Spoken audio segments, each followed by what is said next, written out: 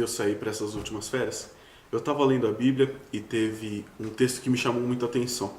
Na verdade eu já tinha lido, mas dei um enfoque maior antes de ir para as férias. E está em Marcos 16, a partir do 14 e 15 na verdade, fala assim: Finalmente apareceu Jesus aos 11, quando estavam à mesa, e censurou-lhes a incredulidade e dureza de coração, porque não deram crédito aos que o tinham visto já ressuscitado.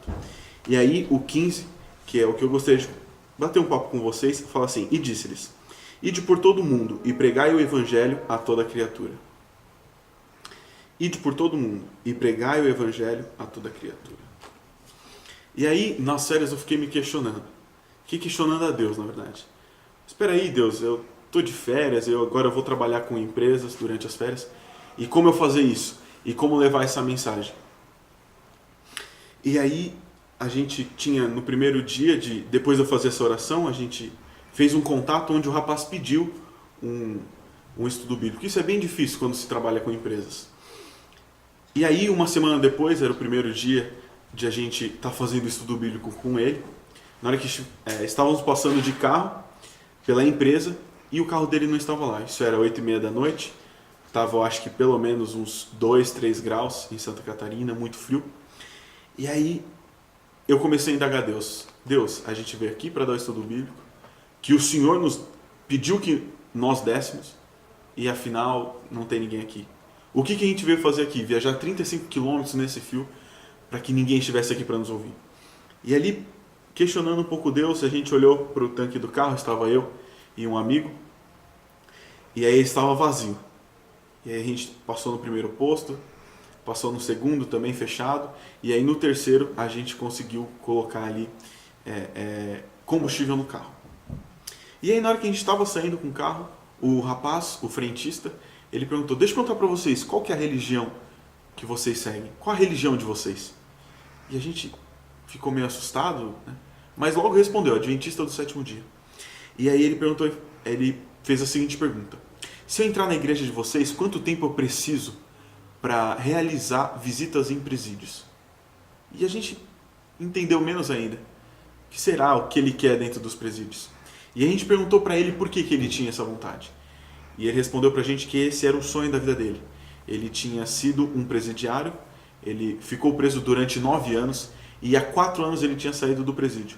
Mas ele tinha um grande sonho de realizar, de ter um grupo de reabilitação para ex-presidiários. E a gente perguntou para ele por que esse sonho. E ele disse porque na prisão, no presídio, ele tinha sido alcançado por estudos bíblicos e tinha conhecido a Deus. E Deus tinha livrado a vida dele durante várias vezes. E ele não sabia como realizar esse sonho. E ao mesmo tempo também ele estava procurando uma igreja para visitar. Mas ele não sabia qual visitar. Mas ele queria que fosse aquela que desse uma possibilidade de ele realizar o sonho dele. E a gente começou a orar então pelo Zé. E durante várias semanas orando com ele e fixando ali os estudos bíblicos que ele já tinha realizado, mostrando para ele um pouco do que é o A Mais também, mostrando ali um pouco do Geração 48. E aí depois de 3 semanas, era a última semana que a gente estava ali em Santa Catarina, apareceu uma bênção muito grande para nós. E durante as férias eu lia esse texto: ide, pregai, mas Deus, a gente está aqui, mas agora não cabe mais a nós o que temos de fazer.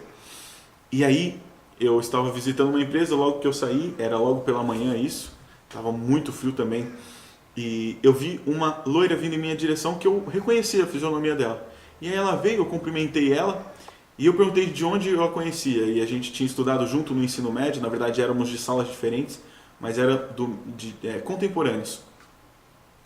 E aí a gente conversou um pouco e eu perguntei para ela se tinha alguém naquela região que fazia esse tipo de trabalho.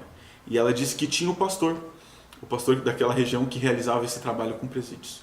E aí, no final do dia de trabalho, eu liguei para o pastor, me apresentei, falei que eu estava trabalhando com empresas e falei do Zé, desse rapaz que trabalhava no posto. E eu fiquei muito impressionado quando o pastor, antes de dizer qualquer coisa, ele disse: Elber, essa é a pessoa que eu tenho orado há muito tempo. E eu não tenho dúvida nenhuma que foi Deus que pediu que você ligasse para mim hoje.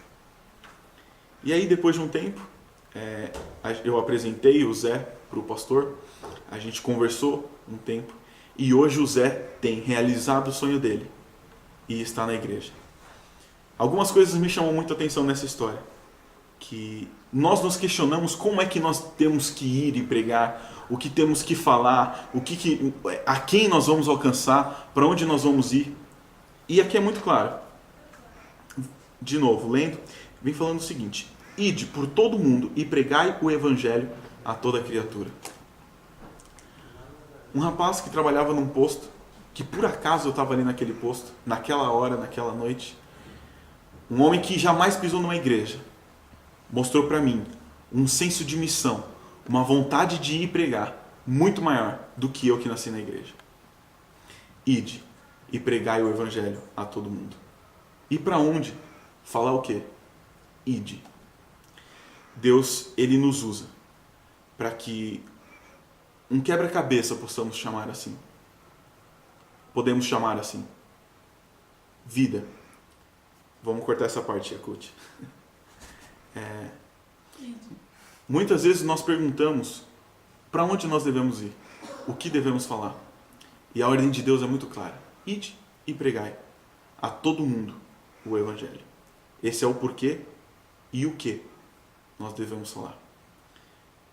Eu sempre tive dúvida para onde eu devia ir e o que eu devia falar. Eu só sabia a partir de um momento para onde eu devia ir, que era para Santa Catarina. Falar o que eu também sabia. E as pessoas, foi Deus que me mostrou. Talvez Deus tenha esperou alguns anos para alcançar o Zé, mas foi aquele momento oportuno. E hoje Deus faz o mesmo convite a você: ide e pregai a todo mundo o evangelho.